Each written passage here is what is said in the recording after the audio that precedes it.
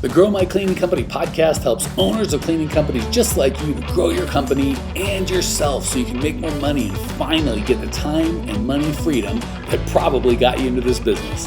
Discover how to automate and create systems that allow you to grow like crazy without losing control. If you dig the show and want to show some love, subscribe, rate, and review on iTunes. It really helps. Enjoy the show. Question. I have an employee looking for more hours elsewhere. She's been with us 2.5 years and clients love her. How do you feel about a no compete clause? Okay, it says compete. I thought someone typed complete clause. I'm like, I don't even know what a no complete clause is. It's just no complete clause. That's it. Terrible dad joke. So here's the thing with non-competes. They really keep the honest people honest, which is not all that valuable. So we definitely have for our employees non-competes. If I thought any of them were going to compete with me or try and steal you guys, I'd fire them.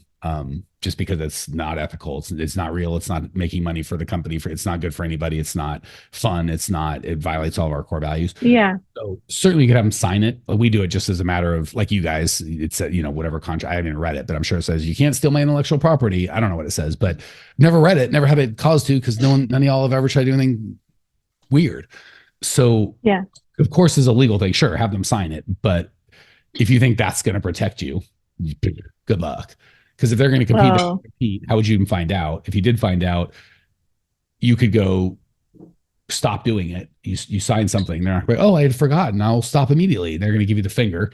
And now you can either sue them, which is going to cost you thousands of dollars. And depending on the state you're in, they might go, they can do whatever they want. Like California, don't even try it. Arizona, maybe.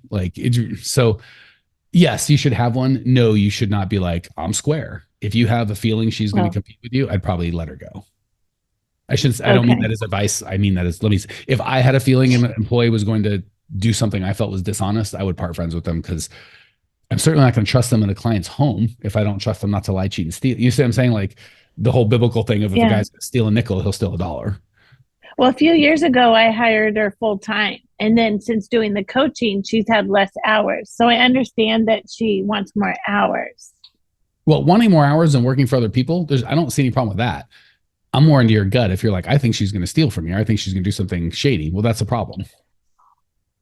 Yeah, I'm just kind of wondering. I don't really know, but she's got such good relationships. Well, it's not with the clients we have now. It's with the ones we lost when I raised prices, that I think she had good relationships with all those people. And I'm just kind of wondering if this, I don't know why I'm getting a gut feeling that it could happen. Like, I listen to my gut. And again, that's the beautiful thing about having a hiring funnel is there's always going to be another 100 employees right down the road. So we got to get off the mentality of like, oh my gosh, she's the best. I can't replace her. Like, I can replace anyone. So, okay. And one of our core values is to be real. So I'd probably just have a conversation with her and go, I love you. And I've always felt good about you now. And I'm not even sure I feel bad about you now, but I'm afraid you're going to compete with me. And you can't do that. If you want to go do your own thing, that's totally okay. Like if Suzanne, if any of them wanted to do their own thing, like Lindsay, she's gotten all of my people, like they can't coach like cleaning stuff and stuff like that, but she has a podcast editing thing. And I don't know if it was one of you guys, one of our clients, I don't know if any of you guys wanted her to do some sort of podcast editing. And she asked my permission, which is the right thing to do. And I'm like, oh yeah, that has nothing to do. That's not a service we offer. It's totally whatever.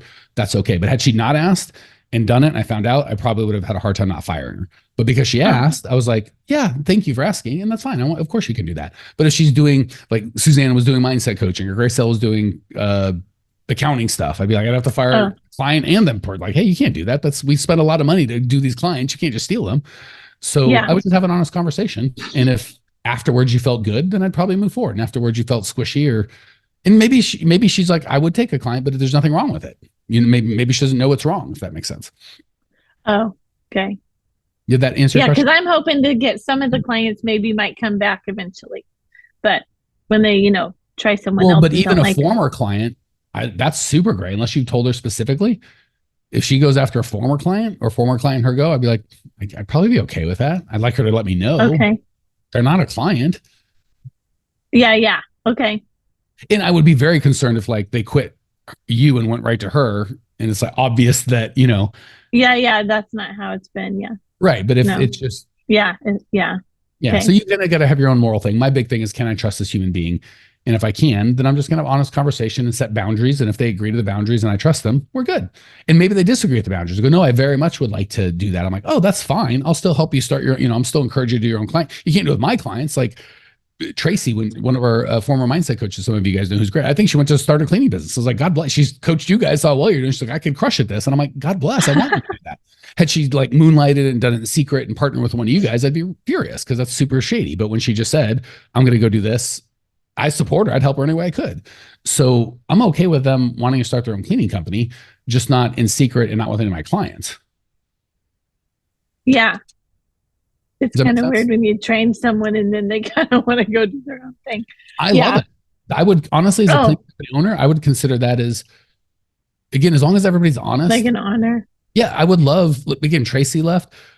Jackson, he left for a little bit to go start his own thing. I'm supportive of all of that. Like if they left for a competitor for less money, I'd be hurt, but it wouldn't be morally wrong. I'd be like, oh, do you not like it here? But when they're making this much or have this much opportunity and there's a huge opportunity that I felt like I helped prepare them for and they go get it, I love that. That's my whole job, right? I coach you guys. I coach my team as well. Like, again, we had the Millionaire Mastermind. I disbanded it because they were all just crushing it. They were making like $300,000-$400,000 a year, working 10 hours a week. It was like a social club. So I was like, I don't even know what to talk about with you guys anymore. Like it was just kind of, so I'm like, I felt bad taking their money. I'm like, I'm shutting it down. Right. Like, so. Oh, you shut that down. So there's not anything after next level. We're talking about now there's some people coming in that need it. So I'm like, ooh, I wasn't going to bring that up. We're talking about it for some of the big ones, but I did just because again, it was like, and they were willing to pay. It's not like they're like, this is too expensive, I'm out. It was like, I feel bad taking you. You can hang out with me for free. Like you're my friends. Like I'm not. So the goal is to have, for me, you don't have to have this goal, but for me, I love it when my employees get a bigger opportunity and go kick ass. And as long as they're honest with me and upfront and give notice and aren't shitty, which they've never been, I think it's a compliment. I love that. Okay. So if she comes to me, I should be supportive.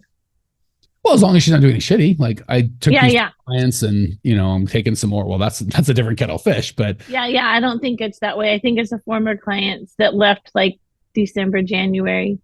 I think I don't even know if she's doing it. She was. I would be a little hurt if they did it. Like again, if you guys leaves and 4 months later, Suzanne's coaching you for mindset. I'd be a little like, I don't know. I don't think I'd feel great about it. But if she came and asked permission, I'd be like, yeah, I don't see any problem with that.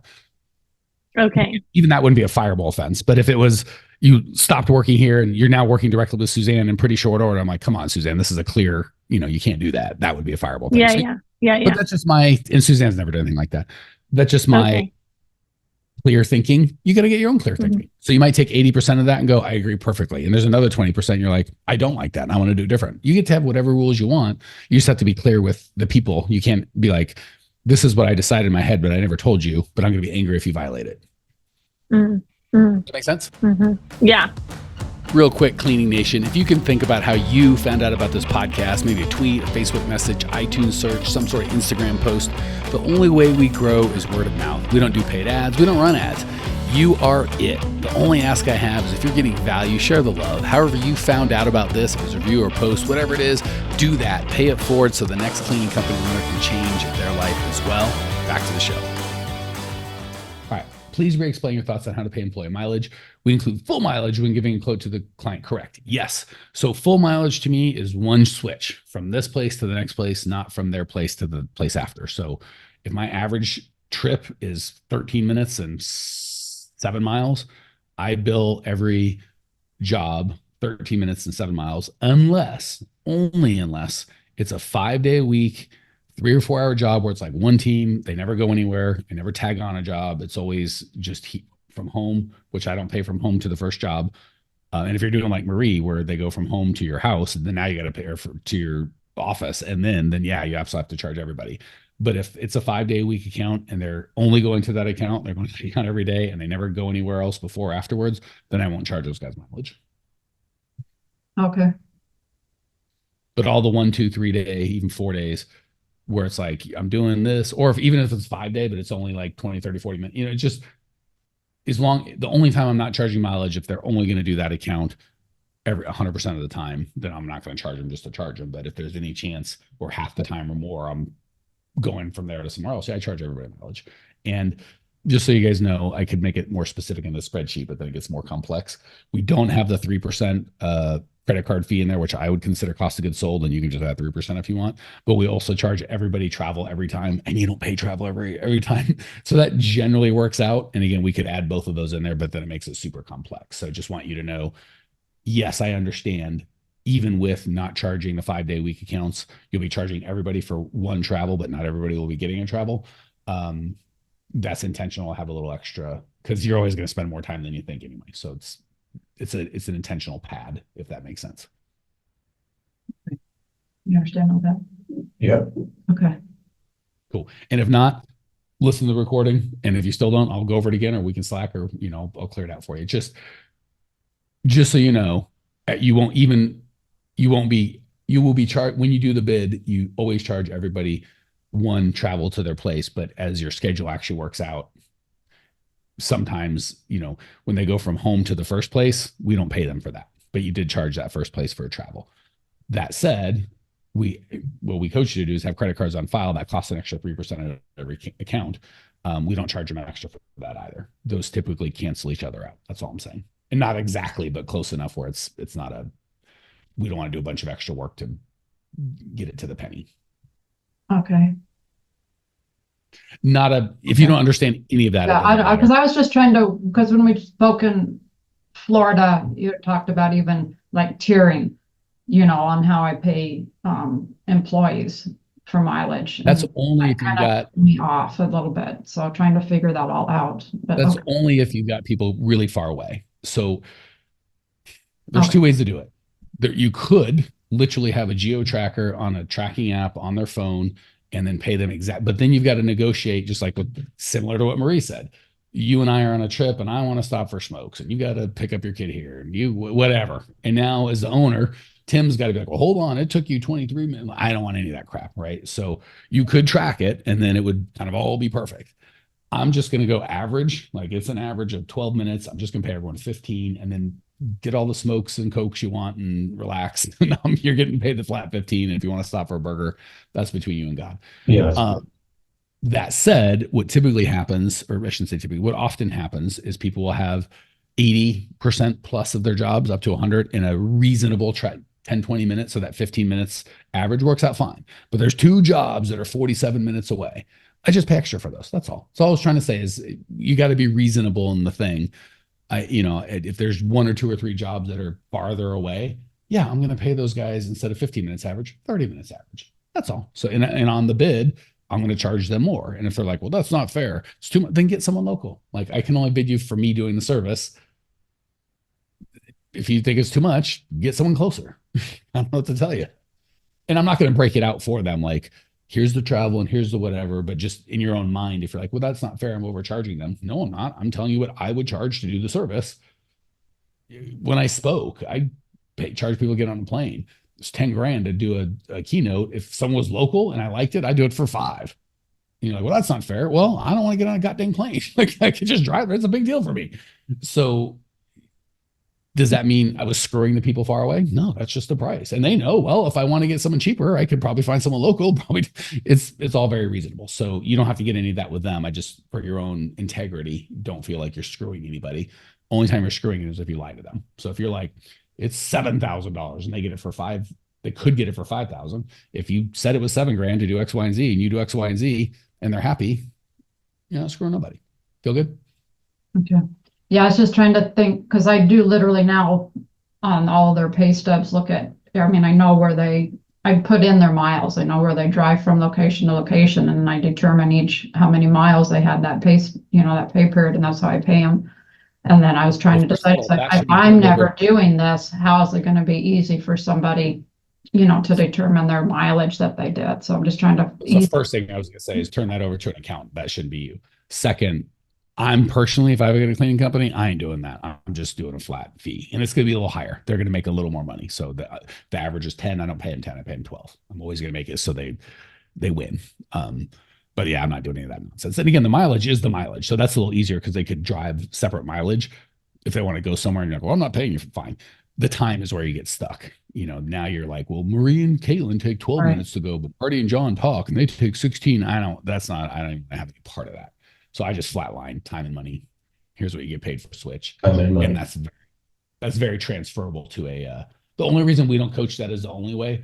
There's some people like Claire who are like, and I don't even think she does this, but like, it's gotta be perfect. So I try to give the option. And then also maybe there's some county, city, state that it's illegal to do that. And obviously I never want to coach you to do anything illegal. So as long as it was legal in my area, I would clearly just pay everyone a flat fee that was more than fair and be done with it, just because I'm certainly not doing that. And just, I don't want to ask my accountant, okay, map this thing out and like, forget it. Does that make sense? Yeah, because that's what I do. That's what we pretty much do, is know how almost map out the miles to a point. Not exactly, but I know how many miles and time is from place to place. Yeah. Yeah, that's crazy. And with the new system, the QuickBooks and everything, we want to set it up so that somebody else can do it. It's one thing for us to do it, but we want to set this up so somebody else can do it. That's the magic to the whole goddamn thing. Yeah. Well, here we are, the end of the podcast, and you made it. Great job. I've got a little bonus for you for sticking through with me. But like I mentioned before, if you got value out of this podcast and you want to show a little love, subscribe, rate, and review on iTunes, Spotify, wherever the heck you're listening to this thing. Share with a friend, share the love. And as a special thank you for those of you that stuck with me to the end, how about I give you my personal phone number so we can text? It's a great way for me to get to know you, your business, your goals personally. So shoot me a text now, 602-932-6431. That's 602-932-6431. I am the only one who responds to these texts, and I will personally respond to everyone I possibly can as long as this number is manned. Don't know how long we're going to keep this at the end of the podcast, so grab it now, 602-932-6431. Give me a text, say hey, can't wait to meet you.